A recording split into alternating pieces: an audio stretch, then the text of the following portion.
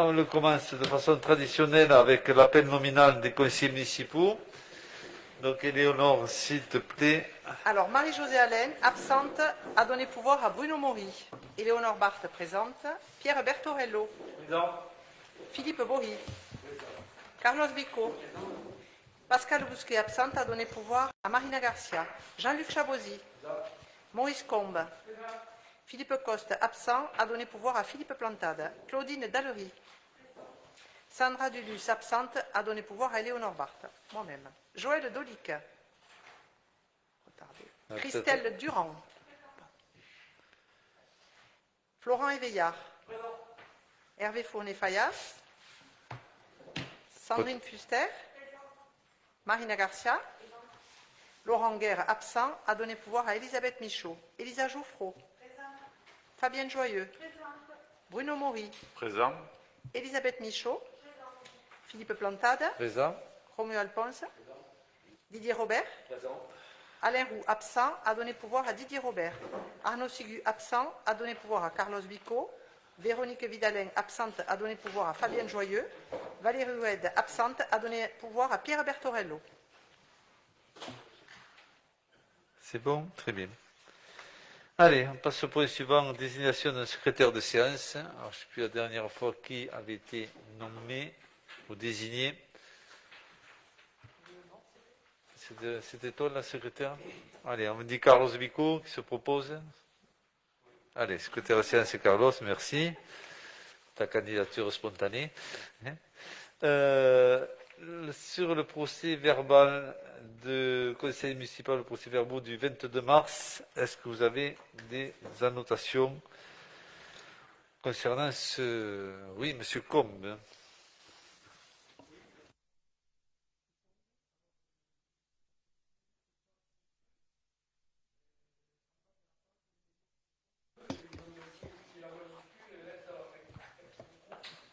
Ah, si vous êtes plusieurs. Hein. Non. Alors, page 2. Ça.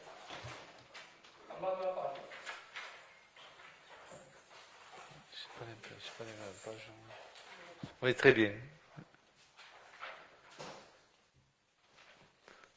Et moi, j'ai monsieur Maurice Combe avec un S et un majuscule. C'est peut-être pas la même page. Hein. Ah, c'est page 3, c'est ça. Ok. Est-ce que vous avez d'autres points, monsieur Combe? Moi, j'en ai.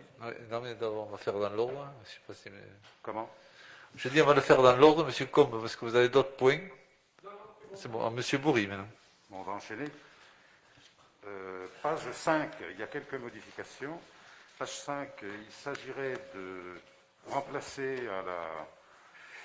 Comment vous dire? À la 1, 2, 3, 4, 5, 6, au 7e paragraphe, l'acronyme AC par attribution de compensation, pour que ce soit plus facile à comprendre pour le lecteur qui ne sait pas ce que veut dire AC. Ok, pas de voilà, souci. Peu de choses. Hein. Ah ouais, non, mais écoutez, on va alors, mettre... page 11. Alors, ça n'appelle pas une modification. Par contre,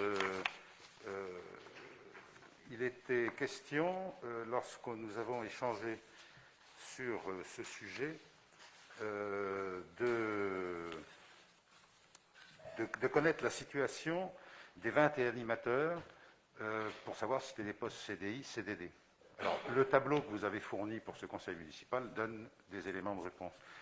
Et la deuxième chose, c'était une question concernant le compte administratif 2020 qui faisait apparaître une subvention du CCAS dans les manifestations sportives. La question avait été posée pour savoir, donc ce n'est pas dans le compte rendu, mais je profite du déroulé du conseil du 22 pour l'évoquer, pour savoir si c'est normal que ça apparaisse dans les manifestations sportives.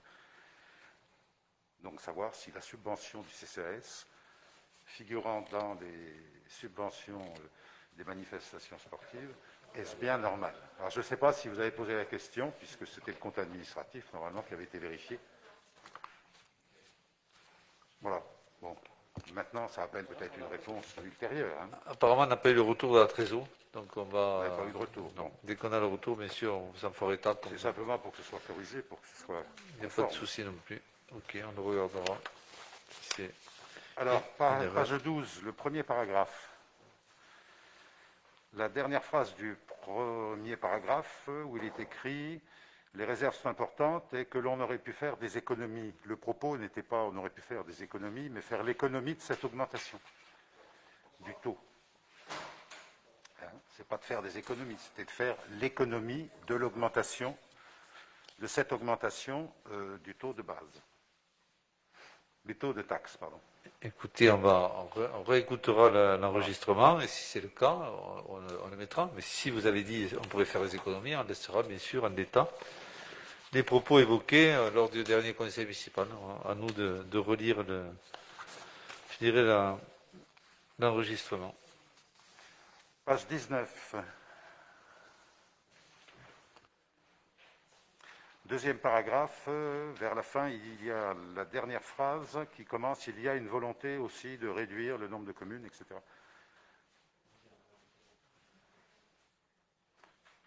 Donc remplacer « Il y a une volonté aussi » par, c'est ce que j'ai pu dire, hein, par ailleurs se joue avec le développement de grandes métropoles la volonté politique de réduire le nombre de communes. Donc c'était mettre... Ça, c'est ce que vous aviez enregistré, vous, c'est ça? Oui, c'était enregistré. Bon, okay, bon, on va le regarder. Puis, j'invente rien, là. Non, mais si ça a été dit, il n'y a pas de souci. Voilà, c'était une petite... on va le modifier. Ce n'est pas des grands changements. Hein. Toujours à la page 19, dans le bas de la page, M. Maurice Combe dit qu'il y a 1 milliard d'euros. Il me semble, Maurice pourra me le confirmer, que ce n'était pas 1 milliard. Hein, c'était plus 100 milliards d'évasion fiscale. C'est ce qu'on entend sur la bande. Vous voyez, c'est un petit détail. Et pour finir... Ah, c'est pas un petit détail, c'est 100 fois plus. Mais bon. Ben oui, enfin, c'est un détail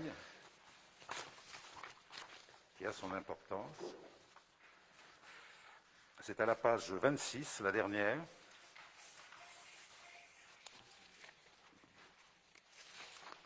C'est d'ajouter une expression de M. Coste qui précise qu'une réunion de TICEO doit avoir lieu à la mi-avril, ce qui permettra d'aborder notamment ce sujet. C'est ce qui a été précisé par M. Coste. Voilà, bon, simplement pour être fidèle à la fin de la discussion sur ce point. Et on rajoutera, et cette réunion a eu lieu, donc on verra M. Coste qui est excusé aujourd'hui. Et la réunion a dû avoir lieu, donc... Je dirais d'en faire état lors de sa réunion de commission. Voilà. Hein, mais voilà, pour finir, peut-être, est-ce qu'il serait possible d'avoir ou de rendre compte des commissions urbanisme et travaux, et notamment d'avoir un récapitulatif des projets de construction, qu'il s'agisse de lotissement, des OAP, des PUP ou du diffus, à l'ensemble des conseillers municipaux. Et puis sur le volet travaux, un état des travaux majeurs envisagés et évoqués lors de cette commission, et notamment l'usage de l'enveloppe de 530 000 €. En termes d'information, ça serait intéressant de le prévoir alors, à ce conseil, si c'est possible, ou au prochain, dans le plus mauvais des cas. Et monsieur, comme il y a une commission qui a travaillé, d'autre part, d'abord l'enveloppe est passée en 130, elle en fait 560. Ceci étant, là-dessus, après, les choses évoluent en fonction aussi de certains critères d'études, hein, puisque bon, le pôle territorial a aussi beaucoup de travail. Et ensuite, on a des études qui sont communes avec d'autres villes, notamment Catentour et Castelginest, sur des axes centraux et principaux. Donc, les choses évoluent. Quant aux OAP et aux PUP, ils sont dans les délibérations métropolitaines. Alors, si vous suivez ce que je pense, hein, en tant que bon conseiller, vous suivez le conseil communautaire, vous devez voir aussi qu'on passe des PUP pour Bruguière et d'autres villes. Et ensuite de là, vous avez l'information. Donc voilà. Après, on peut demander à M. Coste, effectivement, hein, vous le posez en questions diverses, de vous faire état des travaux qui sont enclenchés, ou tout au moins ceux qui sont à l'étude. Voilà. Et il n'y en a pas 50 000, il y en a 3 ou 4. Hein. M. Coste se fera un plaisir de vous les énumérer, si le cas échéant, vous en faisiez une question lors du prochain conseil municipal. C'est bon? Il n'y a pas d'autres annotations? On passe au conseil municipal, donc on fera aussi signer tous les procès-verbaux, parce que je pense qu'il y a des personnes qui ne signent pas des documents en partant. Donc ce qu'on fera, on fera un tour de table, pour qu'on puisse avoir les signatures qui valident les procès-verbaux des différents conseils municipaux déjà faits. On passe aux décisions. Alors, on y va. Alors, c'est pas les décisions, je les ai pas là, je les ai là. Alors, nous avons la modification de la régie de recettes et d'avance pour les manifestations et actions sportives du contrat éducatif local et les droits de place institués le 23 février 2010. Donc, je crois que vous avez tous les décisions entre vos mains. Donc, c'est la modification de la régie tenue par Éric Denis pour l'encaissement des dépôts de garantie pour les badges mis en place au complexe sportif. Donc voilà, donc il y a un système de badge au complexe et donc on a un dépôt de garantie pour le cas échéant s'il se perdait, je suppose que c'est fait pour ça. Et pour ce faire, il faut que M. Éric Denis puisse être responsable d'une régie concernant ce point-là. Est-ce que c'est clair pour tout le monde? Ça ne doit pas susciter trop de questions, c'est juste une régularisation. La suivante, c'est la demande de subvention au conseil départemental. Donc, demande de subvention de fonctionnement. Pour l'école de musique, nous pouvons attendre jusqu'à 25 000 euros. L'an dernier, nous avons eu 12 000 euros. Donc voilà, on espère avoir une somme supérieure d'aide de subvention de fonctionnement faite par le conseil départemental. Voilà. Donc on rentre dans des critères supérieurs qui nous permettent d'espérer d'avoir une somme supérieure à celle de l'an dernier, à hauteur de 25 000 euros, ce qui est déjà pas mal, c'est déjà une belle somme. Est-ce qu'il y a des questions sur ce sujet? C'est assez classique. Ensuite, le point suivant, la 7, c'est la signature d'une convention d'occupation temporaire du domaine public sur le plan d'eau de la base de loisirs. Pour la période du 3 avril au 3 octobre 2021, il s'agit bien sûr, vous le pensez tous, la signature d'une convention pour l'installation temporaire de snacking et des petits bateaux à la base de loisirs d'avril à octobre. Voilà, donc ça concerne bien sûr les petits bateaux et la vente de boissons autour du lac et sur le lac. En espérant bien sûr que la crise sanitaire n'empêche pas bien sûr le bon fonctionnement de ce loisir. Pas de questions, toujours pas? Je continue. Vous m'arrêtez si vous en avez, bien sûr. Je passe à la 8. Modification de la régie de recettes et d'avance pour les manifestations et actions culturelles instituées le 6 janvier 2004. C'est la mise en place d'un fonds de caisse de 150 euros pour la braderie des livres qui a été reporté en septembre 2021. Donc c'est le fonds de caisse de 150 euros pour la braderie des livres qui malheureusement n'a pas pu se faire le mois dernier pour des raisons bien sûr sanitaires et qu'on espère faire au mois de septembre 2021. C'est bon, toujours pas de questions, on continue, on passe à la 9, demande de subvention au Centre national du livre, classique, demande de subvention pour l'acquisition de livres pour la médiathèque, le budget d'acquisition est de 9 000 euros, on a un petit peu baissé. Dans le cadre du plan de relance, cette année, nous pouvons prétendre à une aide financière, donc bien sûr, on demande une aide la plus haute possible concernant cette dépense pour l'achat de livres pour la médiathèque. C'est bon, toujours pareil, pas de questions? C'est calme, c'est bien. Je continue. On passe à la 10. Clôture de la régie de recettes pour l'encaissement des frais de reproduction de documents administratifs. Donc on va clôturer cette régie, car il n'y a pas de facturation pour les petits volumes, moins de 5 photocopies. Pour les volumes plus importants, on oriente les personnes vers les commerçants locaux qui proposent cette prestation. Donc en gros, quelqu'un qui vient avec une photocopie ou deux, on l'a fait. Et on ne fait pas payer. On considère que voilà, c'est une action sociale, ce que vous voulez, de service. Au-delà de 5, on va jusqu'à 7 parfois, on ne compte pas à la photocopie après.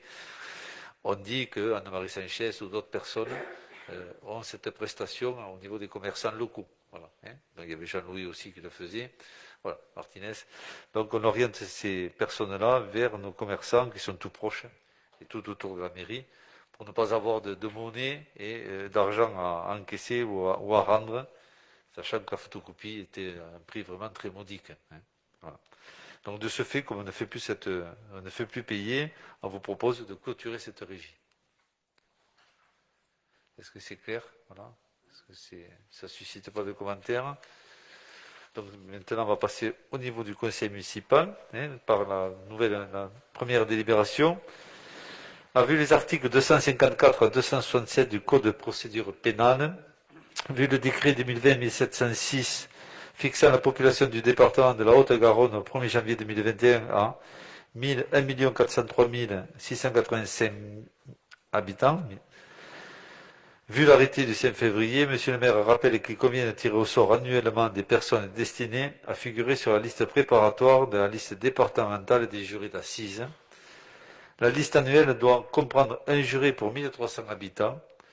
Leur répartition est prévue par arrêté préfectoral. Pour 2022, l'effectif des jurés pour le département de la Haute-Garonne est fixé à 1079. Les communes de plus de 1300 habitants sont appelées à tirer au sort, à partir de la liste électorale, ce que j'ai à côté, un nombre de noms triple de celui fixé par cet arrêté. Le nombre de jurés pour la commune de Bruguière est fixé à 5. Ce sont donc 15 noms qui devront être tirés au sort. Voilà, donc je vous propose de faire le tirage. Alors, on y va. Donc on va partir sur ma gauche avec, bien sûr, une personne qui dit la page et l'autre la ligne, c'est ça? Ou les deux? Les deux, ouais. On faisait un tour, on fait les deux, on va faire le plus simple. Alors Fabienne, on y va. Page et ligne. Alors, la page 20. Alors, page 20, nous y sommes presque. Voilà, 20. C'est tombé, c'est pas grave. Vas-y, la ligne. Et la ligne 8. Alors, 1, 2, 3, 4, 5, 6, 7, 8. Il s'agit, alors on est à 62, donc c'est bon, de monsieur Auréjac Jean-Claude. A-U-R-E-J-A-C, Jean-Claude Michel, qui habite 31 impasse des Tournesols à Bruguière et qui est né en 62, donc l'âge correspond tout à fait aux critères qui sont les nôtres pour être jury d'assises.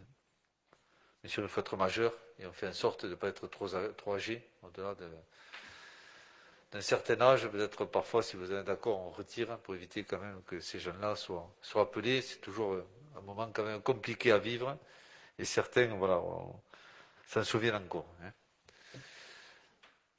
Continue. 23 ans. Ah ben, pas 18, 23. Pardon, désolé. Alors, page 322, ligne 5. Alors, 322, c'est tout à fait au fond.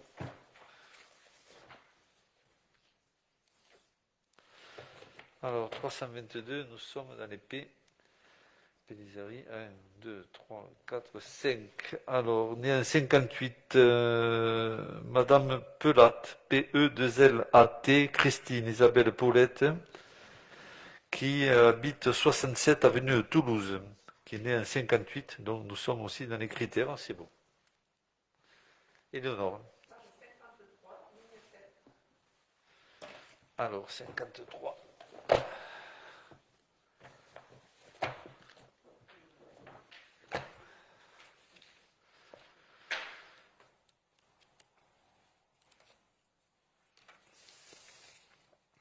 Alors, 53, ligne 7, on y va, nous sommes dans les B.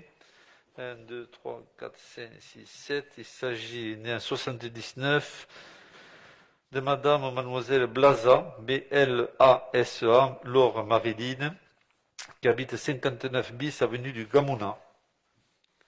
Donc nous sommes beaux, on continue Carlos. Page 13, première ligne.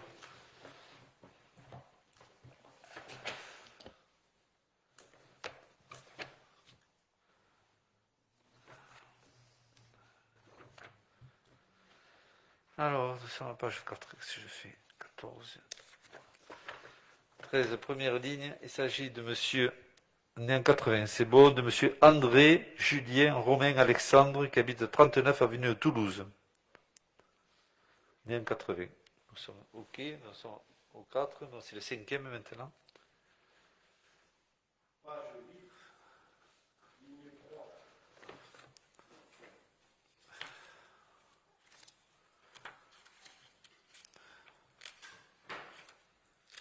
Alors, page 8, ligne droite, 1, 2, 3.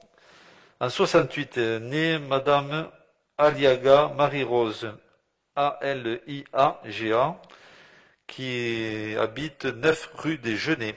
Donc c'est bon. Allez, la 6e. Oui, allez-y, Madame Geoffroy. Pardon. Page 226, ligne 7.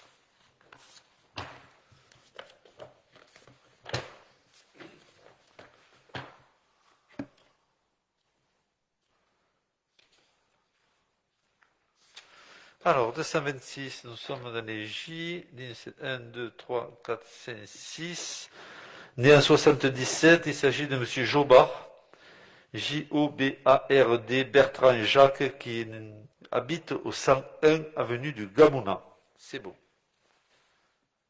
Allez, on y va, on continue, M. Bourri. Alors, page 112, ligne 6.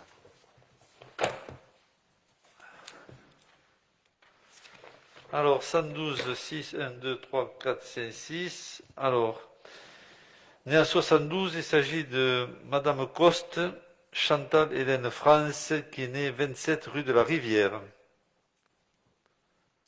Donc, nous sommes bons aussi, né en 72. On continue, Romuald.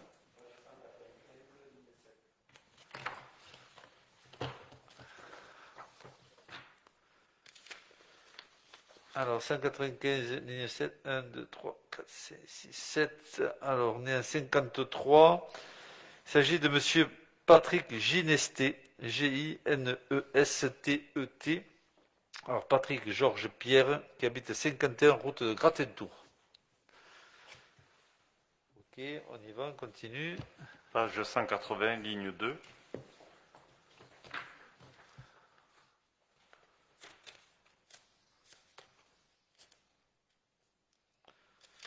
Alors, 180, la deuxième, 1, 2, 3.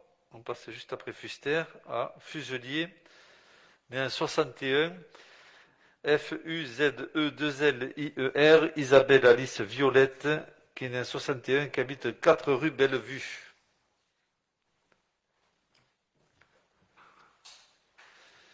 Allez, on continue. Marina. Page 321, ligne 7.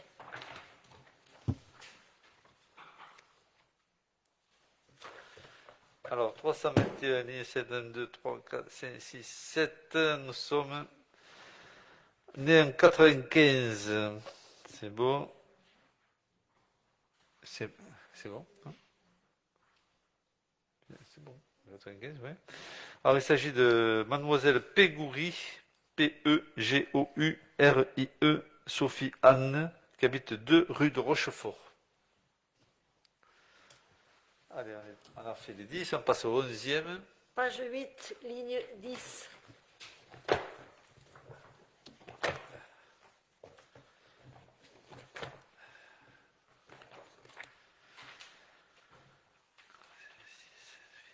Alors, il s'agit d'un 46 de M. Alain Jacques, A2L-A-I-N, qui habite 2 impasse de Rochefort. Alors, bien. Page 15, ligne 3.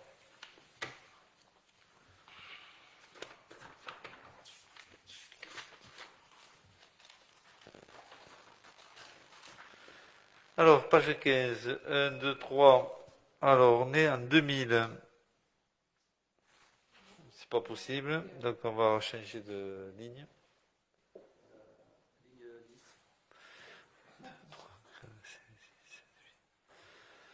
Alors, en 95, c'est bon. Arevalio, j'arrive jamais à le dire ça. Diaz, Mélanie Valérie. Alors, A-R-E-V-A-L-I-2-L-O. Hein? Ouais. Elle habite 38 bis impasse des Églantines. Voilà, travaille à la mairie. Née en 95. Allez, plus que 3, on va partir sur la droite. Madame Dallery. La ligne 7.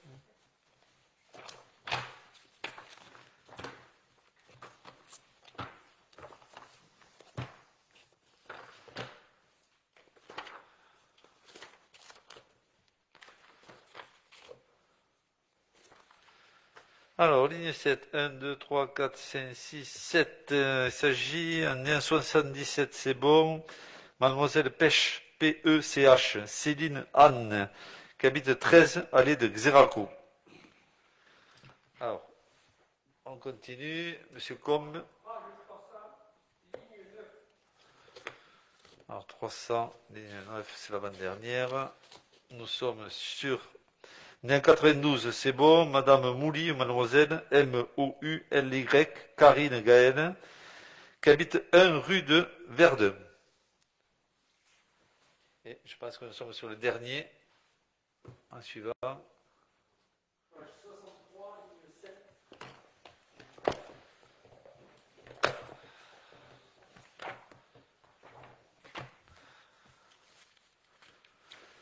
Alors, 7, 1, 2, 3, 4, 5, 6, 7. Alors, né en 63, c'est bon. Il s'agit de monsieur Bouchon, B-O-U-C-H-O-N, Thierry Patrick, 11 rue des Genêts. Si mon calcul est bon, nous avons les 15. Hein, donc voilà, donc, les jurys sont tirés au sort et on peut passer à la suite du conseil municipal. Bien, alors on va passer aux attributions de subventions. Avant de passer au vote, bien sûr, on demandera aux élus qui ne prennent pas part au vote, ceux qui sont concernés dans les bureaux, mais uniquement, ceux qui sont entraîneurs ou autres peuvent bien sûr voter. Mais ceux qui sont membres de bureaux ne peuvent pas prendre part au vote de leur, bien sûr, association pour lesquelles ils sont élus. Allez, monsieur Berthorudo, c'est peut-être prendre la délibération. Donc, vu le Code général des collectivités territoriales et notamment l'article L 2311-7 et 2131-11, donc considérant que l'attribution des subventions aux associations doit faire l'objet d'une délibération distincte de celle du vote du budget primitif, donc considérant la nécessité d'harmoniser les modalités d'attribution des subventions, il est proposé de prendre une délibération pour l'ensemble des subventions attribuées aux associations œuvrant dans l'intérêt de la commune. Il convient de rappeler que la collectivité ne peut verser une subvention qu'aux associations ayant rempli le dossier et dans les délais impartis. Considérant que le contexte sanitaire a eu d'importantes conséquences sur le tissu associatif local et notamment l'impossibilité, totale ou partielle, de maintenir les activités proposées, la municipalité propose de reconduire les montants enloués en 2020 pour les associations ayant sollicité une subvention de la part de la mairie. Il sera proposé donc au conseil municipal d'attribuer les subventions suivantes dont vous avez l'ensemble de la liste déroulante.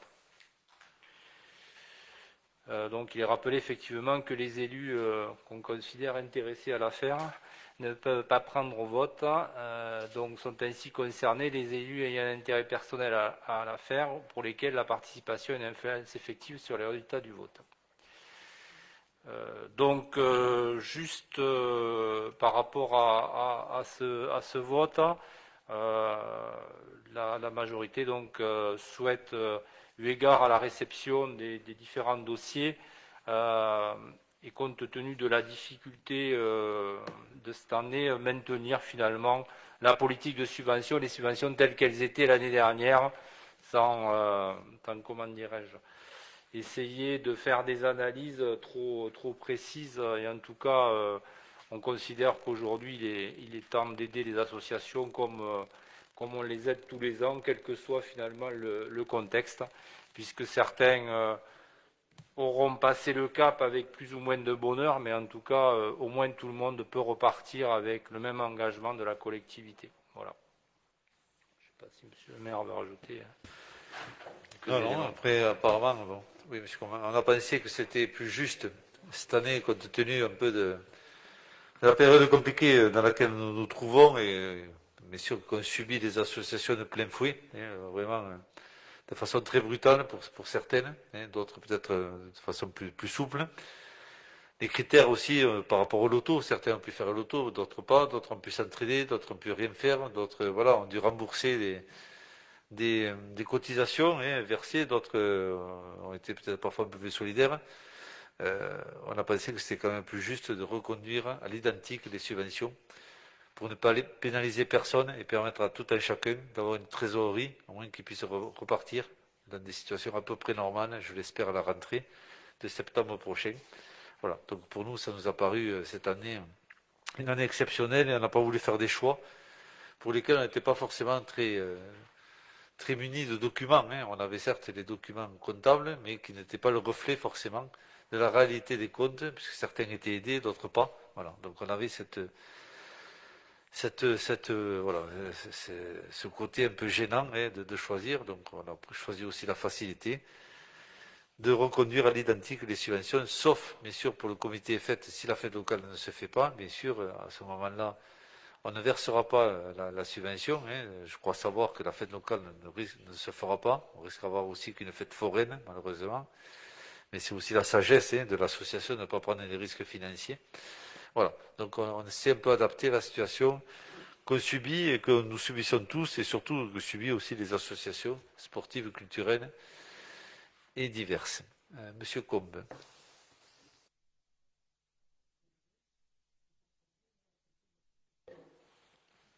C'est des associations qui ont fait le choix de ne pas demander la subvention. Oui. Ils ont écrit en disant que cette année, étant une année exceptionnelle, ils n'avaient pas eu de frais, ils n'ont pas eu de dépenses, on va dire, que voilà, ils souhaitaient, donc cet argent, on l'a dans le budget communal. On ne l'a pas redistribué à d'autres associations. Alors, on ne vous cache pas que c'est vraiment une grosse association avec des ennuis financiers, on aurait peut-être une petite manne financière qui permettrait de venir en aide, le cas échéant, si le conseil municipal ou la majorité ou la commission en faisait la demande. Voilà. Mais ça n'a pas été remis dans l'enveloppe globale. Ça a été une économie pour la ville. Et on remercie aussi l'association, ces associations qui ont fait ce choix-là. Voilà. Ils pouvaient le faire, mais ils n'étaient pas obligés de le faire. Voilà. Philippe. Oui, je voulais rajouter également le motocross qui a donc préféré ne pas prendre sa subvention pour cette année, vu le contexte. Voilà, est-ce qu'il y a d'autres remarques? Donc je pense qu'on peut le passer aux voix. Alors ce que je vais faire, on va passer une par une pour que les gens puissent aussi s'abstenir le cas échéant. Donc sur la chasse, 300 €. Je ne pense pas qu'il y ait des chasseurs élus. L'âge d'or, 3133 €. Je suis adhérent, mais je ne suis pas au bureau, pas encore. Le comité entente, 500 €. Le don du sang, 500. FCPE Bruguière, 500. Là, je pense qu'il n'y en a pas non plus. L'amicale philatélique, 500. Art Imagination, 500. Bon, 500 est à le minimum. Vous comprenez bien que voilà, on ne verse pas en dessous de 500 €, sauf que vraiment cas exceptionnel.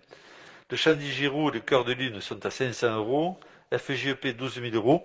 Donc on a Bruno, notre président qui s'abstient. Et 12 000 € étant aussi le maximum des aides qu'on peut prétendre à Bruguière.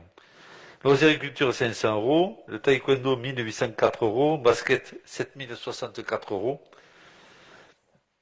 Le handball, 12 000 €. Philippe Coste n'étant pas présent, je ne sais même pas s'il est au bureau, mais donc on ne sait pas. Le foot, 7707 €. Le cyclopassion, 709 €. Le judo, 1473. La boule lyonnaise, 2005. La pétanque, 2863.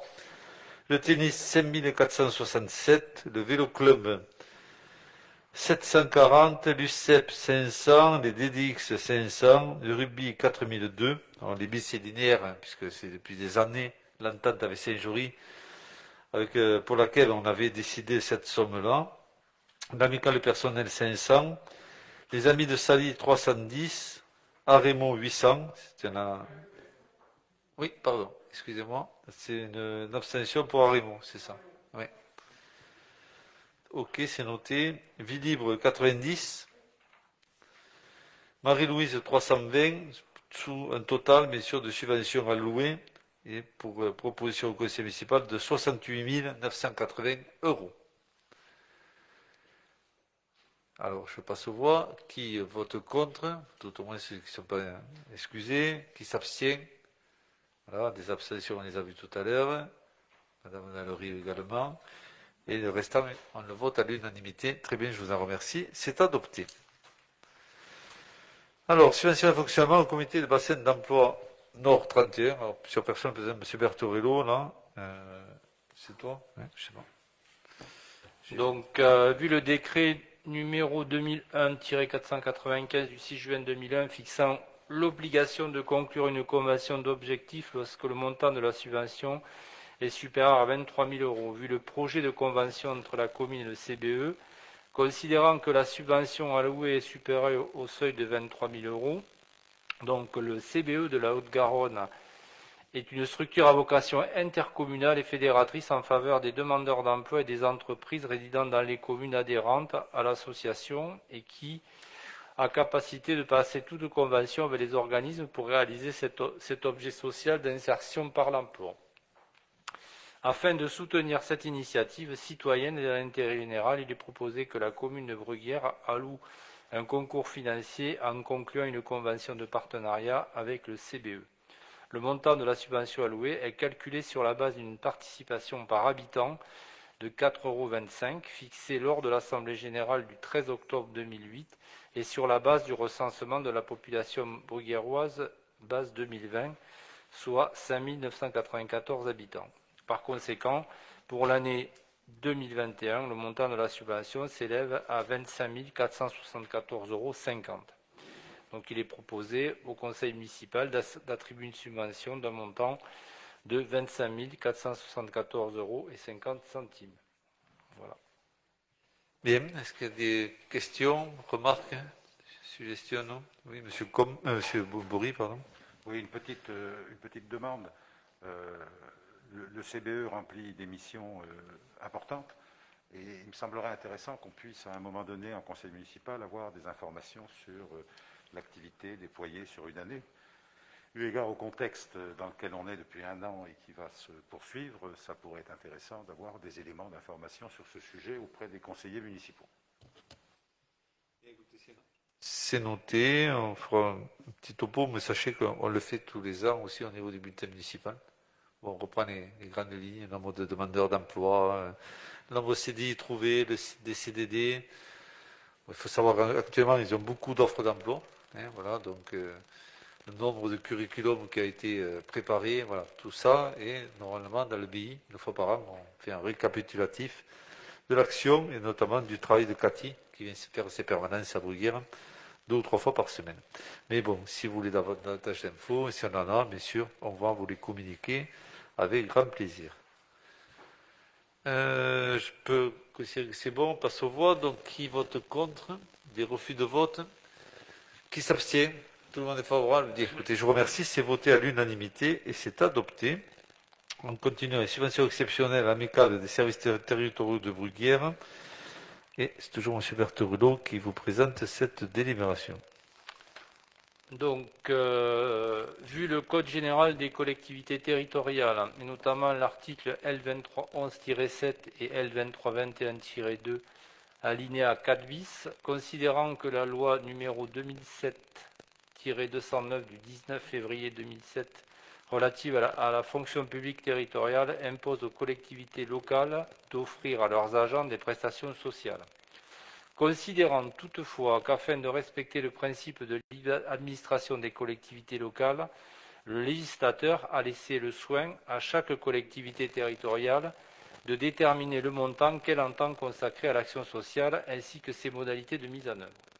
Donc, pour rappel, la commune a décidé d'adhérer pour chacun de ses agents au Comité national d'action sociale, le CNAS, Donc c'est un organisme pluraliste et paritaire dont les instances dirigeantes sont composées pour moitié d'élus et de représentants des principaux syndicats de la fonction publique territoriale, qui propose à un niveau national une gamme de prestations d'action sociale au profit des fonctionnaires territoriaux. Il rappelle qu'en outre, la commune de Bruguière, depuis de nombreuses années, verse également à l'association du personnel communal une subvention exceptionnelle afin de participer au financement des chèques vacances. Donc l'amicale des services territoriaux de Bruguière a fait une demande de subvention donc à hauteur de 4 720 € pour l'achat de chèques vacances, dont 81 agents bénéficient. Donc il sera proposé au conseil municipal d'allouer cette subvention de 4 720 € à l'amicale des services territoriaux. Donc c'est une délibération que nous prenons tous les ans, puisque depuis plusieurs années, nous avons négocié et nous avons, entériné avec les représentants du personnel cette prise en charge par la collectivité de l'aspect chèque vacances. Voilà. Qui vient effectivement en plus des prestations qui sont assez larges et nombreuses au travers du CNAS, puisqu'il y a aussi des chèques vacances, mais c'est moins intéressant. Mais il y a d'autres prestations avec des réductions, des accès divers et variés. Mais cette délibération, elle, a pour but uniquement de traiter la partie chèque vacances. Bien, est-ce qu'il y a des remarques? C'est assez classique, on l'apprend chaque année, depuis un certain nombre d'années, d'allouer cette subvention d'équilibre, on va dire, en fonction du nombre d'agents qui prétendent, surtout des CDB. Les A, il y en a très peu. C'est bon, on peut le passer au vote. Donc, qui vote contre, ou des refus de vote, des abstentions, tout le monde est favorable. Écoutez, c'est voté à l'unanimité, bien sûr, c'est adopté. On passe au point suivant, qui est toujours M. Berthelot, subvention exceptionnelle au comité d'entente des anciens combattants, afin de participer, comme l'a fait le conseil départemental, à l'achat d'un drapeau pour le comité d'entente. Donc oui, vu le Code général des collectivités territoriales, et notamment les articles L2311-7 et L2321-2, alinéa 4 bis, considérant la demande du comité d'entente des anciens combattants de bénéficier d'une subvention exceptionnelle pour l'année 2021 pour pouvoir accueillir un nouveau drapeau. Étant précisé que le conseil départemental attribuera une subvention de 650 € pour l'achat du même drapeau, il est proposé au conseil municipal d'attribuer une subvention d'un montant de 650 €, le reste à charge pour l'association étant de 0 €. Voilà, donc on se partage entre le conseil départemental et nos conseils départementaux et la ville, l'achat de ce drapeau qui sera, je pense, pas inauguré, mais je dirais, il y aura une petite réception qui sera faite au mois de novembre, si bien sûr le contexte le permet, ce que je le souhaite. Voilà, donc il y aura sans doute une petite cérémonie autour de ce drapeau, puisqu'il y a tout un protocole quand on a un nouveau drapeau à instaurer. Voilà, donc on laisse bien sûr notre président, Georges Demouche, s'occuper de cette cérémonie. Des questions? Oui, Élisa Jouffroux. Le coût du drapeau est donc de 1 300 €, oui. C'est ça? C'est un coût moyen ou c'est fait suivant un devis? Il y a eu un devis, on fait en partie, je dirais, par Loïc et par aussi M. Demouche. Il y a eu une validation qui a été faite par Sandrine Flourès dans un premier temps, avec un engagement du département sur son financement. Et nous, bien sûr, on vous propose ce soir d'en financer l'autre moitié. Voilà. Donc c'est à peu près, alors très honnêtement, je crois que c'est à peu près la somme qu'on avait payée il y a quelques années, un certain nombre d'années. On avait acheté un drapeau déjà. Parce que bon, les drapeaux s'abîment aussi, voilà, avec le temps. Et surtout aussi avec le temps. Et on avait à peu près payé dans ces eaux-là, aux alentours de 1 000 1200 €. Je parle il y a 6 ou 7 ans. Donc 1 300 € actuellement. Ça me paraît être le prix le plus juste, mais il a dû faire aussi, sans doute, je lui fais confiance, le tour des catalogues pour trouver le drapeau qui correspond à ses besoins le moins cher possible. Voilà, donc on peut le proposer au vote. Donc qui vote contre? ou des refus de vote, des abstentions. Tout le monde est favorable, c'est voté à l'unanimité et on espère tous le voir au mois de novembre de cette année. Et c'est voté. Ensuite, M. Didier Roubert, la convention de mise à disposition d'un afficheur de score extérieur avec espace publicitaire, et ça concerne bien sûr le foot et le rugby au niveau du complexe sportif. Alors, vu le Code général des collectivités territoriales, et notamment l'article L 2121-29, considérant que la commune souhaite continuer d'améliorer ses équipements sportifs, considérant que le terrain d'honneur du complexe sportif René Albus possède un afficheur de score obsolète, affichage à la main avec des plaquettes de bois et sans affichage de temps. Il est proposé au conseil municipal d'acquérir un afficheur de score extérieur digital avec encart publicitaire. L'acquisition de ce panneau fera l'objet d'une convention avec les deux associations, BSC Football et RCT 15 Saint-Jory-Bruguière, concernées pour déterminer les modalités de fonctionnement, mais aussi pour fixer la participation financière de chacune des parties. Il est proposé au conseil municipal d'autoriser M. le maire à signer le projet de convention annexé. Donc ce panneau, c'est une demande express, on va dire, express, c'est pas pressé, mais de demande des deux clubs, parce qu'aujourd'hui, on n'a pas de... C'est toujours avec en effet des vieux chiffres à l'ancienne, et puis c'est également, c'est pas abrité. Donc c'est assez compliqué, et au travers des sommes qu'aurait pu amener un abri ou autre, et ça n'aurait pas été parfait, la proposition et les discussions qu'on a pu avoir sont venues vers un scorage électrique, donc c'est électrique avec des chiffres. La grosseur de ces chiffres, à peu près 30 cm, c'est-à-dire qu'on peut les voir à plus de 160 mètres. Donc c'est quand même très intéressant. Et puis également la demande des clubs, ça a été de pouvoir mettre de la publicité autour et de voir quelle était la solution pour arriver à faire ce projet. Donc on a suivi, ils ont fait une proposition en disant voilà, est-ce qu'on ne pourrait pas faire une participation et puis récupérer les zones pub pour nous, chose que j'ai trouvé intéressante, et on est avancé vers ce projet collectif. Donc au niveau de la commune, on se chargerait de la mise en place et du suivi également technique pour des raisons de responsabilité et de sécurité. Est-ce que vous avez des demandes de complément? Voilà, donc on prendra sur la subvention l'année prochaine. Ouais, c'est dans. Je ne sais pas si vous avez eu le temps de lire la convention de mise à disposition. À partir de l'année prochaine, on ponctionnera au rugby, sur 2022. Sur 2022, au foot et au rugby, 1500 € qui vont permettre bien sûr d'atténuer le prix, et eux leur permettre pendant un an de trouver des annonceurs qui vont sans doute compenser, je dirais, cette somme-là, voilà, et donner une certaine modernité aux sponsors. Et amener, voilà. Donc on trouvait l'idée d'avoir l'idée par deux, d'une part, et ensuite, voilà, je trouve que c'est bien aussi qu'ils financent une partie, je dirais, de leur investissement. Oui, Madame Jouffreau. Oui, je voulais savoir quel était le coût moyen du panneau. Alors pour poser, fournir, on arrive à 5 000 € à peu près. Mais bon, il y a une partie qui va être faite par la commune. Bon, voilà. Ça donne, et ensuite, d'ailleurs, c'était budgété au budget.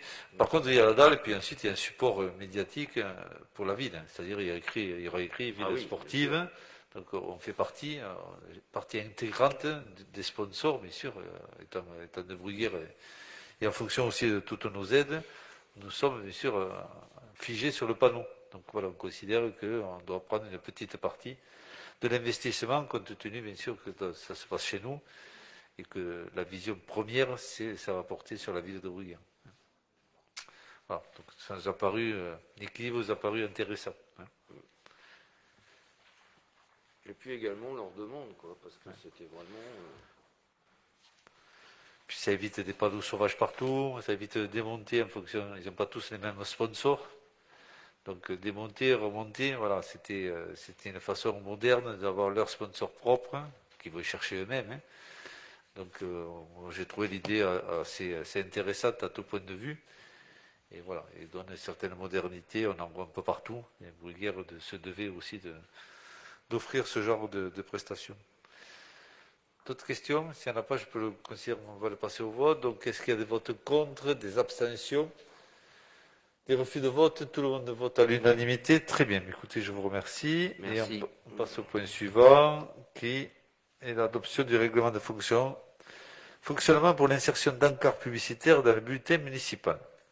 Alors, vu le Code général des collectivités territoriales, et notamment l'article L 21-21-29, vu la délibération du Conseil municipal en date du 22 mars 2021 portant adoption des tarifs municipaux et portant la création des nouveaux tarifs permettant l'insertion d'encarts publicitaires dans le Bruguière Info, il convient désormais de définir le règlement de fonctionnement de ces encarts publicitaires tel qu'annexé à la présente note de synthèse que vous avez eue sans doute et que je vais retrouver, voilà.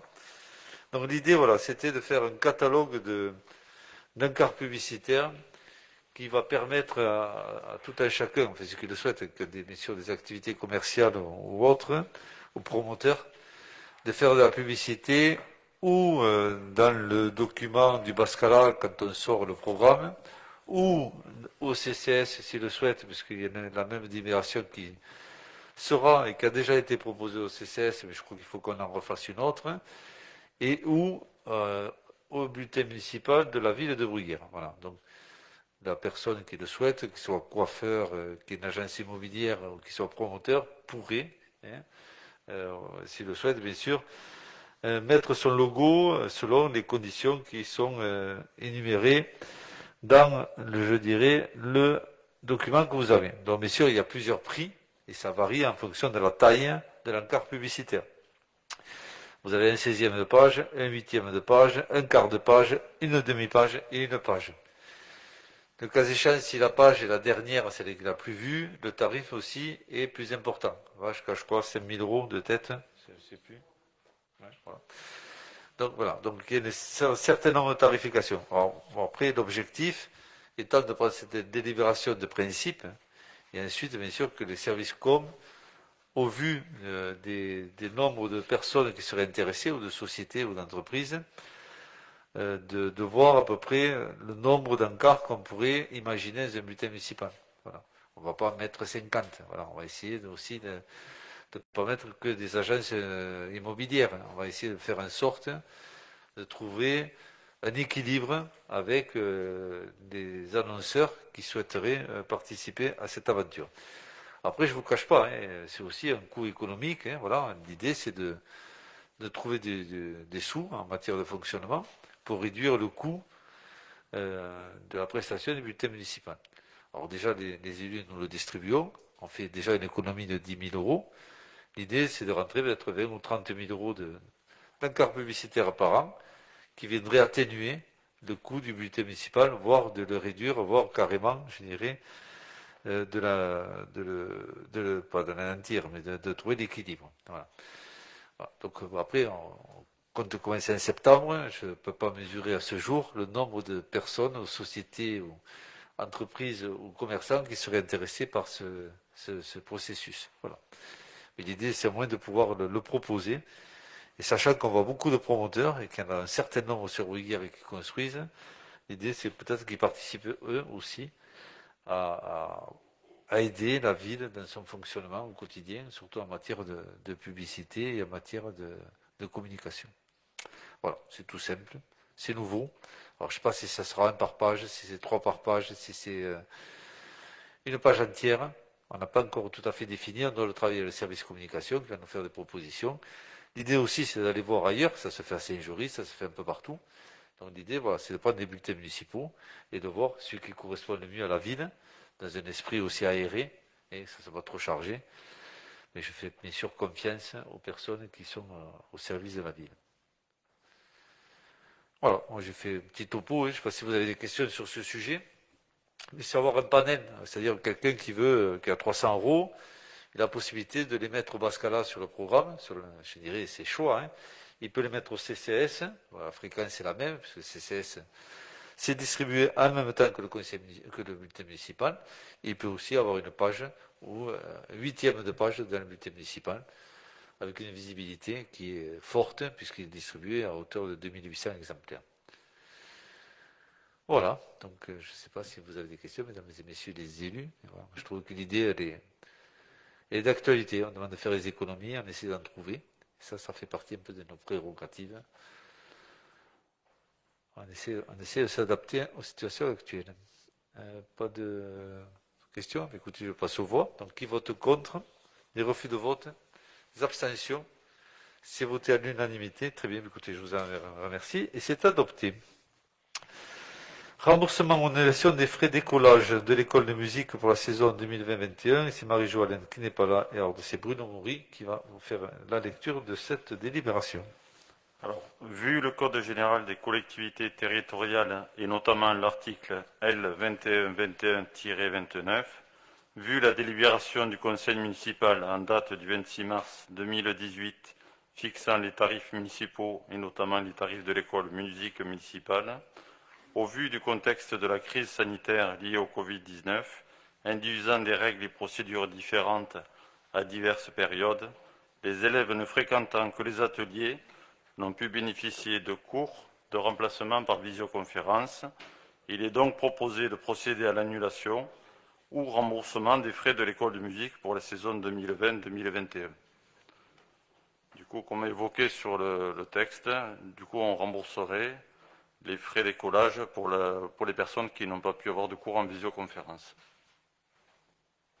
Ça représente très peu, je crois, non? Je ne connais pas le montant. Ouais. Alors, 6 familles, voilà, ce qui fait très peu, mais en fait, au moins, on respecte, je dirais, les conditions de remboursement, puisqu'ils n'ont pas pu... oui, monsieur Coste, je vais y arriver. Combe, voilà, ça fait une journée. Monsieur Combe, oui.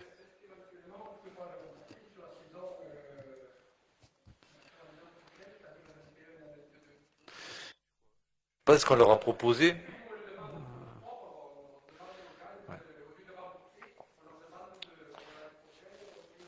Après, je pense qu'il y a deux choses. La première, bon, c'est leur choix, donc on respecte. Et la deuxième, peut-être ces gens-là ne vont pas s'inscrire l'année prochaine. Il n'y a pas une garantie. Voilà, ils ont passé 6 mois sans instruments ou sans cours. Il y a peut-être aussi cette volonté de dire on arrête pour différentes raisons. Hein. Peut-être que la Covid y a fait, peut-être aussi c'est trop cher, ou ils ont fait d'autres choix de loisirs. Voilà. Je pense que si on les rembourse, c'est qu'ils ne vont pas s'inscrire en septembre. Autrement, on aurait bien sûr proposé cette solution, ça nous éviterait de sortir à la trésorerie. Certains l'ont fait dans les clubs, internes, de façon interne. D'autres ont compensé par des tenues au niveau sportif, je sais. Voilà. Tu voulais dire rajouter quelque chose, Bruno? Non. Mais c'est ça, Camille? C'est une demande des familles, voilà. Donc pour 6 familles, voilà, c'est à considérer que c'était pas important au niveau de la trésorerie et qu'on devait respecter le choix des familles. Voilà, donc je passe au vote. Qui vote contre? Des abstentions ou refus de vote? Tout le monde vote à l'unanimité. C'est adopté. Je vous en remercie. On passe à la dernière. Alors c'est Bruno également. C'est la modification du règlement intérieur de l'école de musique municipale de Bruguière. Vu le Code général des collectivités territoriales et notamment l'article L2121-29, vu la délibération du Conseil municipal en date du 3 septembre 2018 portant modification du règlement intérieur de l'école de musique, vu l'avis favorable de la Commission culture en date du 12 avril 2021, il est rappelé au Conseil municipal que l'école de musique est régie par un règlement intérieur. Au vu de l'année qui s'achève et du contexte de la Covid-19, il convient de modifier le règlement intérieur de façon à intégrer les modalités qui permettent la continuité des enseignements tels que mis en place depuis plus d'1 an. Il convient par la même occasion de mettre à jour le règlement, notamment sur les règles de bonne conduite à respecter et de la faire évoluer, avec la mise en place de cours hors cursus pour les plus de 11 ans. Et vous avez, avec le Conseil municipal, on avait le règlement intérieur, que je ne vais pas vous lire. Vous pouvez voir la mise en place donc, des cours hors cursus avec la modification pour les plus de 11 ans. Des remarques sur ce règlement? Je pense que ça, c'est de travailler en commission, il ne doit pas avoir trop de questions. Donc, je vous propose de le passer aux voix. Qui vote contre? Qui s'abstient? Tout le monde est favorable, c'est voté à l'unanimité. Très bien, je vous en remercie. Et l'ordre du jour étant terminé, nous allons passer donc aux questions de l'opposition qui ont été transmises en temps et en heure. La première, le plan pluriannuel d'investissement de la commune. Alors, lors du conseil municipal du 1er mars dernier, il a été confirmé que ce plan d'investissement pluriannuel fera l'objet d'une réflexion en commission des finances. Ce qui n'a pas été encore réalisé, le procès verbal du CM du 1er mars 2021, page 8. De plus, il fait état, dans ce dernier numéro du bulletin municipal, de la présentation en juin 2021 du plan pluriannuel d'investissement, le PPI. Nous demandons à ce que le conseil municipal puisse débattre et décider de ce plan d'investissement avant toute diffusion politique, qu'a été prévu monsieur le maire. Décision publique. Diffusion publique. J'ai dit quoi? Politique? Ah ouais, c'est d'actualité. Ce plan reprend les engagements qui ont été pris devant les Bruguirois lors des dernières élections. Donc, une partie du phasage des investissements a été dévoilée lors du débat d'orientation budgétaire et du vote du budget primitif 2021. Donc, on considère qu'une présentation sera faite à la prochaine Bruguière Info, comme annoncé. Voilà. Donc, vous avez eu les grandes lignes dans le DOB. La commission des finances, je pense, a très aussi largement évoqué le sujet. Vous pouviez au moins l'évoquer au niveau de la commission des finances.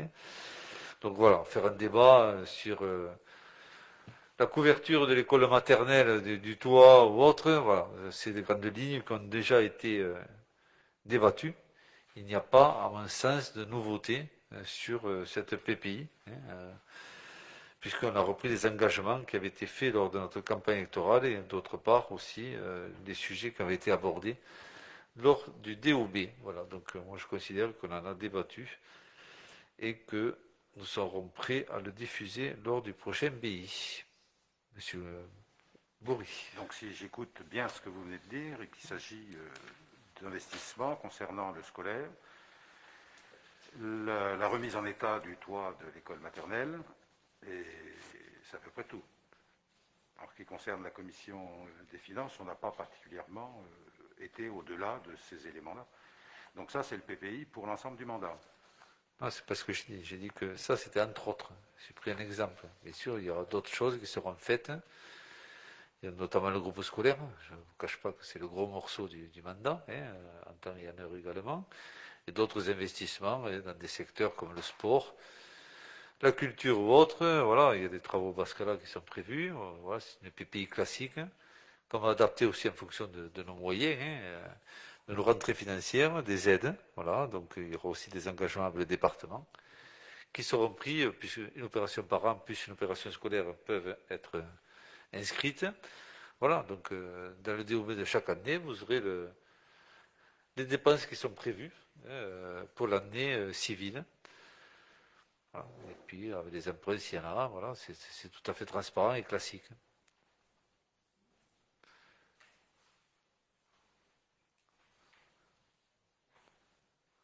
Ensuite, je passe aux travaux chemin de Bordeneuve. Nous observons des travaux conséquents réalisés sur le terrain en bordure du chemin de Bordeneuve et de l'Ers.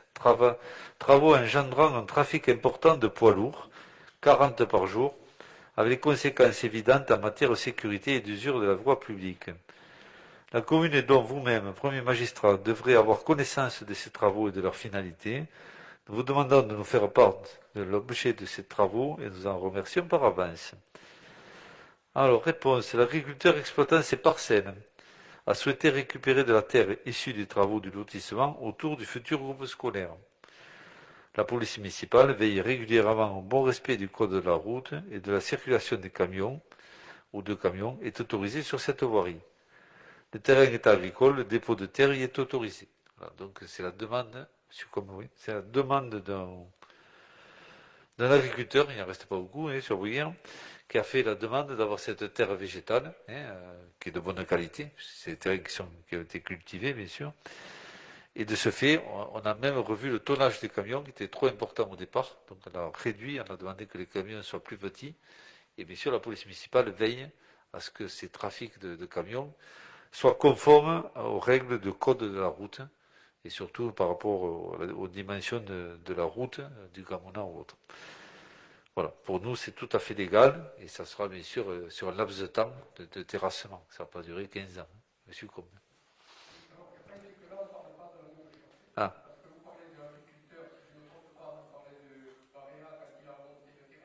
Non, je parle de Valerio. Valerio, pas lui?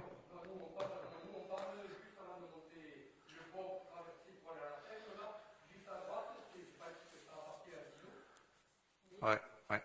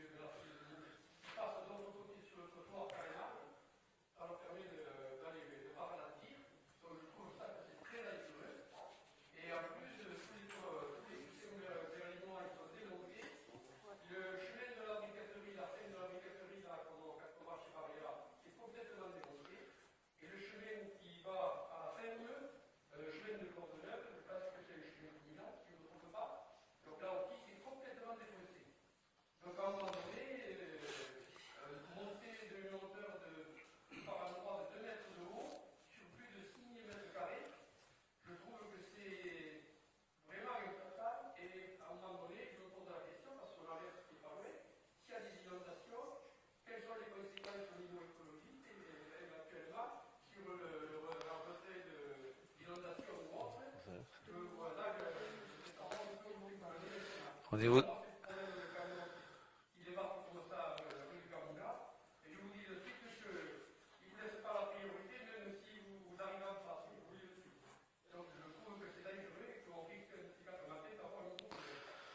Bien, au niveau de l'ERS, voilà, je suis doublement intéressé. Ceci étant, voilà, on va le regarder. Moi, très honnêtement, je suis honnête avec vous, moi, je trouve ça déplorable, si c'est le cas, dangereux, je conçois. Ceci étant, moi je pensais que ces camions, c'était la terre qui sortait de chez nous, des écoles, et qui partait sur le terrain de Baria, en xylo, à bord de Neve, c'est pas ça. Non. Donc si effectivement ce qu'on va contrôler demain à la PM, ces camions traversent Bruguière pour des raisons que je ne connais pas et qui m'échappent, à ce moment-là, on va essayer de savoir pourquoi et essayer de limiter ou de remédier à ça de façon très, très rapide. Mais déjà, traverser le camion sur 2 mètres venant d'une autre commune, ça me paraît compliqué à accepter. Alors, il faut qu'on puisse voir comment aussi on peut refuser ce genre de remblement.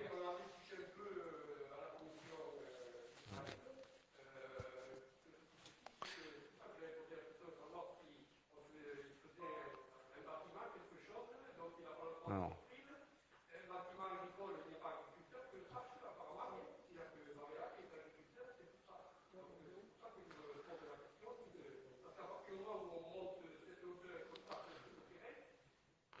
Xylo doit être encore agriculteur, je suppose, même s'il est plus en activité, il y a encore des...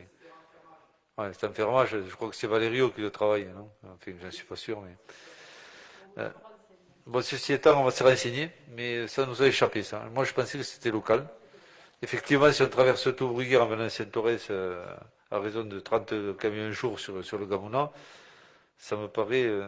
pas du tout approprié à la voirie qui est la nôtre. Et puis en plus, sans parler du danger et parfois de la vitesse excessive. On va le regarder, on vous fait un mail dès qu'on a des éléments de réponse.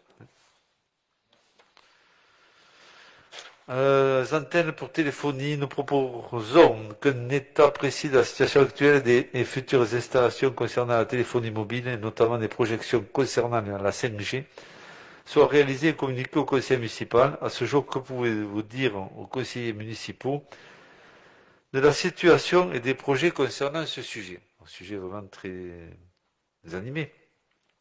Alors, déjà, sur l'existant, il existe 7 antennes à Bruguière, toutes en 4G. Impasse de Toulouse à Bouygues, cimetière chemin du bois communal Orange et Fruits, avenue de Toulouse Xeraco, place à la République la Caisse d'épargne, pour citer à l'intérieur même de la parcelle, c'est Orange. Au complexe sportif, nous avions 2 SFR et Orange. Et nous avons 2 projets qui sont en cours d'étude par les opérateurs et pour lesquels aussi nous avons reçu des riverains, puisqu'on est quand même très soucieux, je dirais, de la réaction des riverains et aussi de la personne qui va louer sa parcelle. Voilà, on a aussi les 2 échos et parfois c'est très compliqué voilà, de faire ce genre de réunion, surtout ici. Là. C'est chemin de Bigoulès, rue du Genet avec Bouygues, qui cherche à s'implanter vraiment dans ce secteur. Et au centre-ville, on a Fruits qui aussi demande prospecte. Voilà, je laisserai le soin d'être adapté. Ce qu'il faut savoir, enfin, on va être tout à fait transparent là-dessus, c'est que nous, c'est pas du tout notre compétence. Voilà. Alors, c'est certes, on peut refuser un permis, ça sera le cas. Dans les 6 mois, ça sera jugé au tribunal, et dans les 6 mois, notre arrêté sera cassé, et le préfet nous demandera, bien sûr, de respecter, je dirais, le permis. Voilà. Donc on a déjà fait cette démarche il y a quelques années, et bien sûr on a perdu au tribunal. Entre-temps, on s'est arrangé avec Orange pour éviter des pénalités. Mais chaque fois, c'est 4 ou 5 000, c'est une DP, sur un mois même. C'est 4 ou 5 000 euros d'avocat, et parfois c'est des indemnités qui sont demandées pour retard par rapport, je dirais, à la livraison de la 4G, notamment sur le dernier dossier. Avec Orange, on s'est arrangé pour ne pas passer au tribunal et d'arrêter la procédure. Voilà, donc si tu veux dire 2 mots là-dessus, Fabienne, voilà. Donc c'est très compliqué. On entend le désarroi des riverains qui se voient confrontés à une antenne à 50 mètres. On a la problématique des opérateurs qui sont assez, je dirais, sur d'eux, et voire assez puissants dans ce secteur, même s'ils sont parfois diplomates, et ils essaient de l'être, ils viennent faire des réunions, il faut quand même affronter les gens, je dirais parfois c'est assez courageux. Voilà. Et derrière aussi, il y a une volonté d'avoir aussi notre téléphone qui fonctionne un peu partout dans la commune. Voilà. Donc, la 5G, on a encore des secteurs sur Bruguière, pour ne pas les citer, sur la partie haute gauche, qui ne connectent pas avec SFR. Voilà. Donc, des gens qui sont obligés de sortir de la rue pour téléphoner, d'autres qui sont obligés de prendre Orange parce qu'ils ont des astreintes. Voilà, on a même en mairie, je parle au niveau des élus. Donc on a aussi ce côté un peu compliqué de ne pas être couvert comme on le souhaiterait au niveau de Bruguière, qui est quand même assez central et qui est tout près de Toulouse. Voilà, donc le débat, on ne va pas le faire ce soir, mais il est compliqué. Oui, monsieur, comme je voulais sa parole, mais ceci étant, voilà, je sais qu'il y a une charte toulousaine aussi, métropolitaine là-dessus, donc on s'y plie. Voilà, donc on est métropolitain et on ne fait aussi qu'appliquer ça. Mais nous avons très peu de recours dans ce secteur, si ce n'est parfois d'inciter les opérateurs à choisir un autre site ou se marier avec un autre, si le cas échéant c'est possible, dans des secteurs qui sont moins impactants pour les riverains. Mais parfois, il y a aussi des propriétaires terriens qui disent « moi, je perds la rentrée financière d'une location par an, qui n'est pas neutre ». On a parfois des secteurs où on nous explique qu'on est hors périmètre parce qu'il faut prendre une partie de Gratin-Tour. Voilà, toutes ces études sont parfois compliquées à contrer. Voilà, je laisse peut-être le soin à Fabienne. Les opérateurs nous contactent, bien entendu. Ils nous font des propositions sur des terrains sur lesquels, bien sûr, on n'y est pas favorable. Et avec la responsable d'urbanisme, on essaie de trouver des terrains qui seraient un petit peu excentrés. Bon, on n'en a pas beaucoup, bien sûr, mais apparemment, ça n'a pas l'air de les satisfaire parce qu'ils veulent être centre-ville, comme on a reçu récemment Free, qui cherche le cœur de ville. Je ne peux pas vous le cacher, c'est cœur de ville qui cherche. On leur a demandé de s'éloigner un petit peu. Ils ne sont pas encore revenus vers nous, mais je suis d'or qu'ils sont en train de prospecter auprès de particuliers pour se placer en cœur de Bruguière, quoi.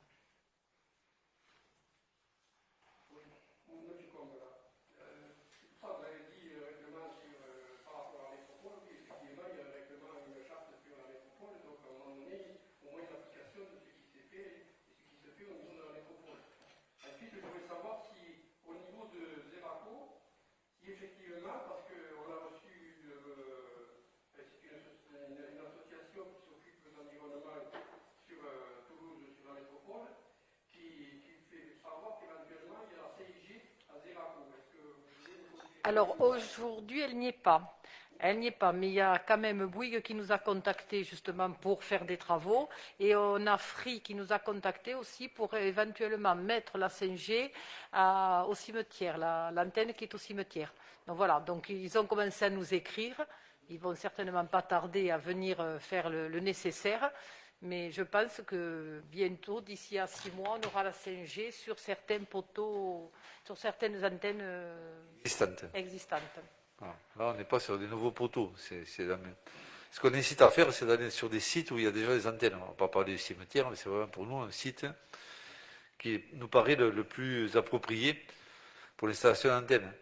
Mais après, voilà, il nous démontre toujours de façon très, je dirais très diplomate et truc, que c'est pas le site idéal, qu'ils ne peuvent pas se mettre à côté d'un concurrent, voilà, et qu'ils ne vont pas jusqu'à Catendo ou jusqu'à CP parce que le rayon d'action n'est pas compatible. Voilà, il y a toujours des bonnes raisons à dire non. Après, comme on n'est pas expert en la matière, on est parfois dans des situations qui sont compliquées à vivre et à organiser. Alors, on fait de notre mieux. On est vigilant. On est vigilant et après on est parfois démunis. Moi je vous le dis, c'est un secteur où on n'est pas très à l'aise, nous élus, parce que c'est pas dans nos compétences. Voilà, c'est clair. Bien, c'est répondu. Je pense qu'on a fait un petit débat tout à fait, je dirais, tout à fait raisonné. Impact de l'installation d'une entreprise de logistique cargo. Alors l'implantation d'une entreprise de logistique cargo sur la commune de Saint-Jory induit des conséquences non négligeables pour notre commune au-delà de la circulation quotidienne de très nombreux poids lourds supplémentaires, ce qui n'est pas sans inquiéter les habitants riverains de ce secteur de la commune. Au-delà de l'information que vous n'avez pas diffusée concernant ce programme de construction et d'installation au sein de notre métropole avec un impact sur notre commune, nous vous demandons d'informer les conseillers municipaux de l'état d'avancement et des aménagements prévus en termes de circulation de ces véhicules d'une part, d'installation du réseau d'assainissement pour desservir cette entreprise nouvelle d'autre part. Où en sommes-nous à ce jour? Si vous aviez lu donc le Bruguière Info, vous auriez su que nous avons communiqué dessus et nous avons obtenu que Toulouse Métropole réaménage l'avenue de l'Euro desservant la future entreprise cargo. De même, Philippe Coste a accompagné les services en métropole lors d'échanges avec les riverains sur la création d'un réseau d'assainissement, puisque le réseau initial qui avait été prévu passait dans des secteurs privés. Il y a eu un refus, bien sûr, des riverains, et avec la métropole et M. Coste, ils ont trouvé un réseau d'assainissement, certes plus coûteux et plus important, mais qui permet au moins de relier sur des secteurs, je dirais, communaux. Les études sont en cours, de même que l'instruction des autorisations d'urbanisme nécessaires.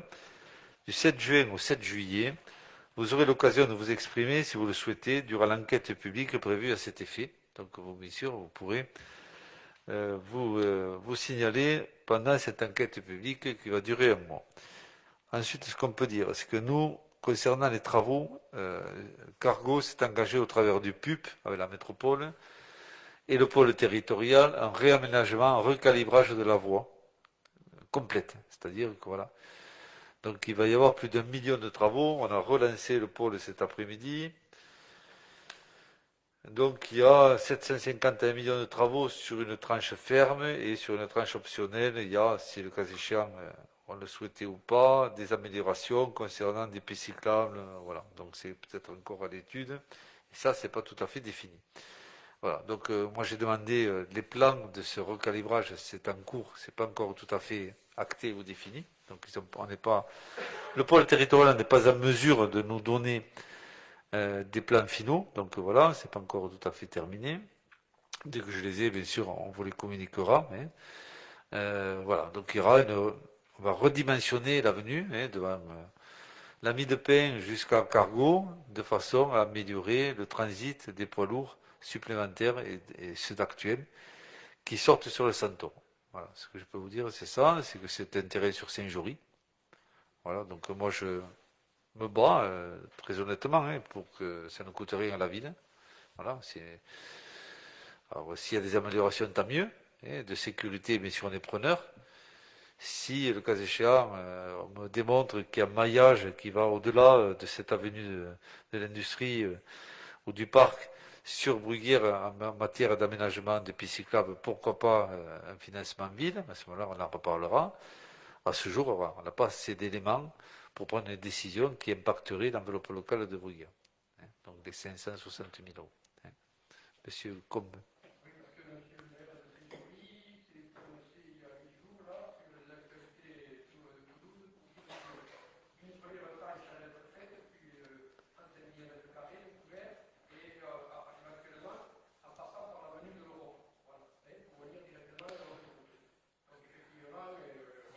Bon, après, il y a tout un aménagement aussi de l'avenue Industrie, de l'Europe. Il y a aussi la sortie des véhicules légers. Voilà, il y a tout un aménagement, un sens de circulation qui va être mis en place. Bon, ils n'ont pas encore recommencé. Il y en a pour 2 ou 3 ans. Ils vont construire un bâtiment de 30 mètres de haut, je crois, c'est ça 25 mètres de haut. Je ne sais plus combien de mètres carrés. Voilà, ça dessert Centracor. Enfin, c'est toutes les grosses les entreprises locales. Enfin, donc voilà, c'est vraiment un gros truc qu'on souhaitait garder au niveau de la métropole. Voilà, je ne vous cache pas que cette société était pour nous importante, c'est de l'emploi. Et le terrain de Saint-Jory a été très vite retenu pour que cette société ou entreprise reste dans le circuit, enfin, dans le périmètre de la métropole. Voilà, est-ce que j'ai répondu à votre question, mais pour l'instant, on n'a pas d'éléments. J'ai encore relancé 2 fois aujourd'hui, donc M. Rabinovitch, et je pense qu'il est sensible à me répondre, mais je ne pense pas qu'il y ait encore trop d'éléments précis pour que je puisse vous les communiquer ce soir. M. Bourri. Oui, on vous remercie là, des éléments de réponse, parce que ce qui est paru dans le bulletin est beaucoup plus succinct, et là, on a quand même une vision un peu plus précise de l'état d'avancement et des éventuels impacts qu'il pourra y avoir lorsque cette grosse structure de logistique tournera. Moi, j'avais une question à évoquer, c'était la possibilité d'avoir une sortie, je ne connais pas le projet, directement sur la Nationale 20, qui peut être aussi une voie qui permettrait aux camions de ne pas passer à certains endroits avec une gêne pour les riverains. Ça, c'est le problème, c'est que sur la Nationale 20, il y a l'interdiction du préfet de faire circuler les poids lourds. Donc, les poids lourds doivent sortir sur le Centaure et prendre l'autoroute, ou la voie de Bruguière, mais voilà, l'interdiction, elle est faite par l'arrêté préfectoral. Nous, on avait pris un, il a été cassé. Il y a une problématique de cohérence, quoi, entre les instructions préfectorales et les décisions qui peuvent être prises plus localement. Après, voilà, c'est des décisions. Enfin, moi, c'est l'État, hein, voilà. Donc, c'est le préfet. C'est vieux depuis 15 ans. Hein, cette interdiction, elle a été faite, voilà, il y a un certain temps. Ça reprend un peu ce que vous disiez aussi sur le point 7. Ça fait une relation très forte. Et la circulation des poids lourds avenue Toulouse et avenue Bruguier est dense et préoccupante. Nous proposons qu'un comptage précis soit effectué sur ces 2 voies afin de mesurer ce trafic, permettant aussi de renforcer l'urgence qu'il y a de réaliser la déviation vers Gratentour et Castelginès au rond-point du Centaure et de réglementer la circulation de ces véhicules, les obligeant à emprunter l'autoroute, notamment voir d'autres voies de circulation dans un cadre de plan de circulation cohérent et efficace, qui est de votre avis. Donc, comme vous le savez, l'avenue de Toulouse est une route ex-départementale et il est impossible d'interdire la circulation des poids lourds. Et sur la police municipale veille à l'interdiction de la circulation des poids lourds, sauf des certes locales au niveau de l'avenue Bruguier, puisque bon, il y a un certain nombre de PV qui sont assez répétés. Les services en métropole sont bien informés de l'urgence de la situation et de la nécessité de réaliser une déviation entre Castelginès, Gratentour et le rond-point du Centaure. Les études avancent, mais suivent avec aussi le tempo juridique inhérent à des projets d'une telle ampleur. Des travaux devraient commencer d'ici la fin du mandat.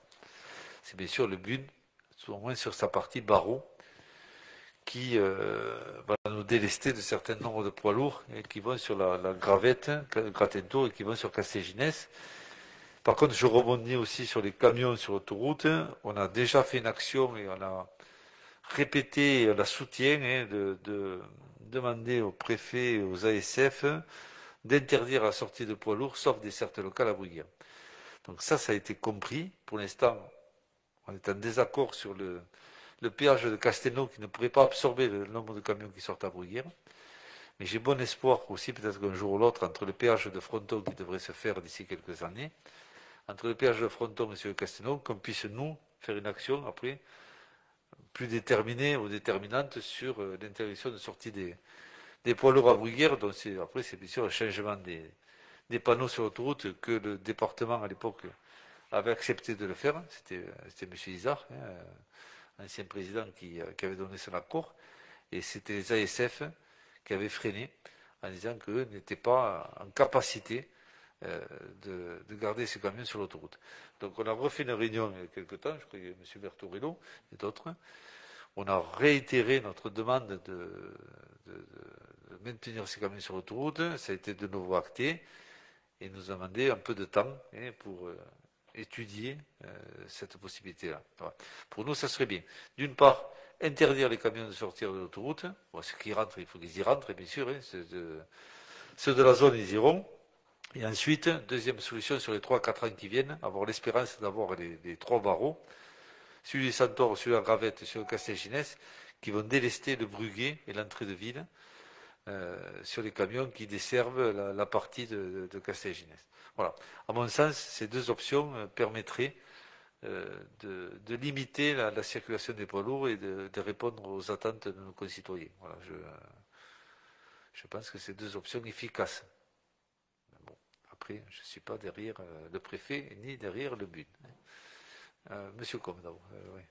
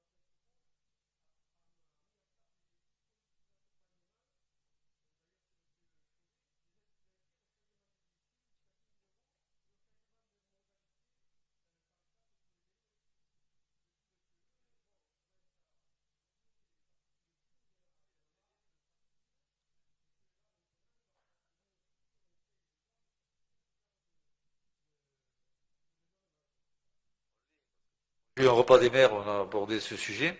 On va vous parler des camions, mais aussi il y a certains véhicules anciens qui ne pourront plus rentrer dans Toulouse. Voilà. D'où le débat de dire certains ne pourront pas changer la voiture. Enfin, donc on a eu un débat aussi autour de ça. Et les aides, voilà, que vous avez mentionnées, elles ne sont pas pour les collectivités aussi. Elles sont vraiment que pour les particuliers. Nous, on s'est renseigné sur un véhicule propre, on est loin des 10 000 euros annoncés. On est aux alentours de 4 000 euros. Voilà. Donc tout ça, on l'a travaillé, bien sûr, étant associé à ce genre de débat. Mais c'est un débat de fond et il va falloir bien sûr anticiper ça et partager tout ce qui se fait dans les communes, je dirais, voisines et qui sont métropolitaines, Colomiers ou autres. Donc là-dessus, bien sûr, M. Combe, je vous rejoins. Il faut qu'on avance et qu'on anticipe ou que tout le monde soit associé. Monsieur Bory. Oui, la question de l'utilisation de l'autoroute par les poids lourds est à poser. Pour quelles raisons les poids lourds sortent-ils à Bruguière? Bon, certains pour aller dans les zones d'activité. Monsieur Bory, pour des histoires de coûts financiers. Alors, c'est des histoires de coûts financiers. La ville de Toulouse et l'agglomération de Toulouse est une des seules agglomérations de cette taille-là à avoir ses péages en son sein, dans la ville de Toulouse.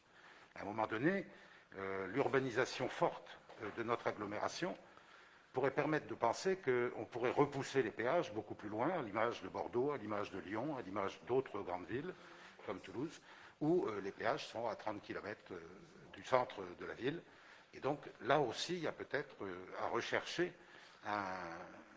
sinon des moyens d'action, au moins un consensus, tant au niveau de la métropole que du conseil régional, qui est aussi, je pense, concerné par rapport à ces problématiques de transport, pour pouvoir faire avancer avec l'État l'idée de repousser le péage à Castelnau d'Estrétefond, pour ne citer que cette limite qui serait raisonnable pour une commune.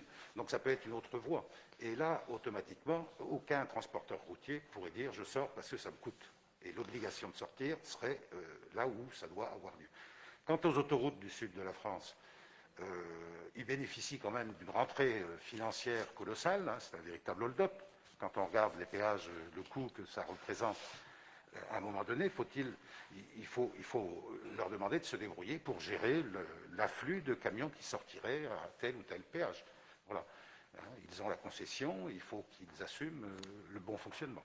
Ou alors, on décide de reprendre la main sur les réseaux autoroutiers en France. Mais ça, c'est une autre histoire qu'on ne réglera pas ici. Mais je crois que la piste qui est effectivement le report des péages plus loin sur cette voie nord, mais bon, on a la même problématique en allant vers Albi, on a la même problématique en allant vers Villefranche-de-Rouergue, pas de Rouergue, de Villefranche-de-Lauragais, pardon, où on a quand même une problématique de cette nature sur l'agglomération de Toulouse. Il va falloir s'en saisir aussi.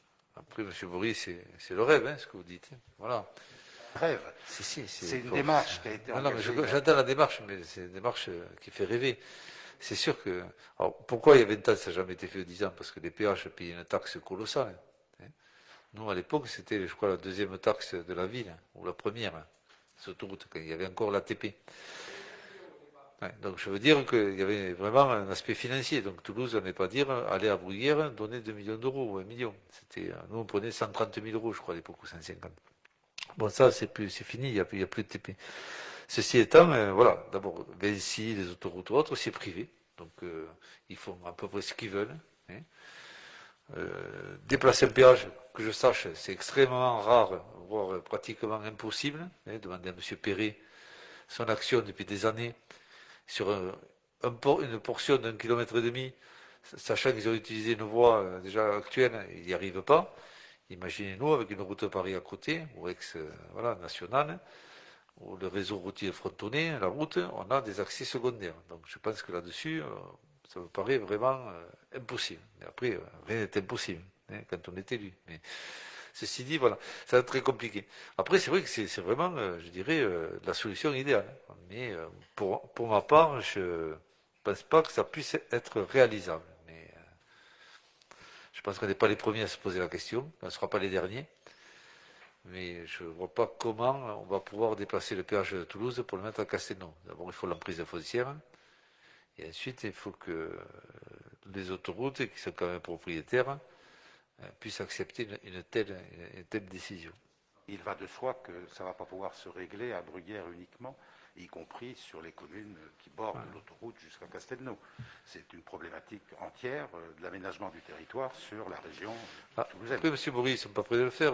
Les autoroutes vont mettre 530 000 euros dans un parking à Bruguière, de covoiturage, avec vraiment un parking, je dirais, sécurisé, aéré. Voilà. Donc, avec une participation métropolitaine à hauteur de 8 000 euros par place de stationnement. Voilà. On fait sur les 8 000, 3 000 euros, je peux me tromper, je ne sais plus exactement le chiffre. Voilà, donc on est plus sur l'aménagement de l'espace pour permettre un stationnement sécurisé que sur un déplacement des péages. Tu veux intervenir, Carlos? Carlos, Pico.